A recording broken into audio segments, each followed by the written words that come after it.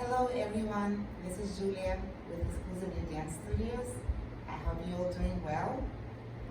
Today we're going to work on our hip flexors mobility and hip joint mobility. And at the same time we're going to improve our balance. So, look at this. This is really good. You put your feet together and find somewhat like this bench or a small chair right next to you. You put the arms in a practice frame position, slightly flex the knees. And the leg, which is closer to the bench, right? I'm going to bring it up, around, back, and bring feet together, but please do not put full foot down. Maintain the balance and now raise the leg up, over, forward, and you can put it down and rest, right? And then repeat again. I will demonstrate from other side. Also make sure that your standing leg, the knee is slightly flexed. Right? So do not lock the knee.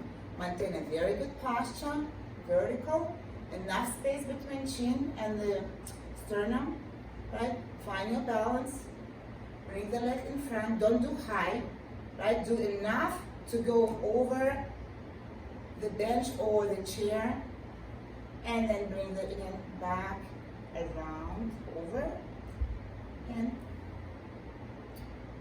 collect. So yes, I would say repeat it every day 10 times and do 3 sets. Each set is 10 times. You will see it's going to increase the mobility, and also it's going to help you to stretch the hip flexors, because in this position you will feel it's not easy to maintain the balance. It will be quite challenging for you guys. And if you feel more adventurous, please, you can do a higher, you can raise the bar and use a higher plank for the leg to go over. And don't forget to like us on our YouTube videos and our YouTube channel. We're preparing, me, Nikolai, and Tatiana, always preparing home videos. And exercise at home. And see you soon in the dance studio. Bye-bye.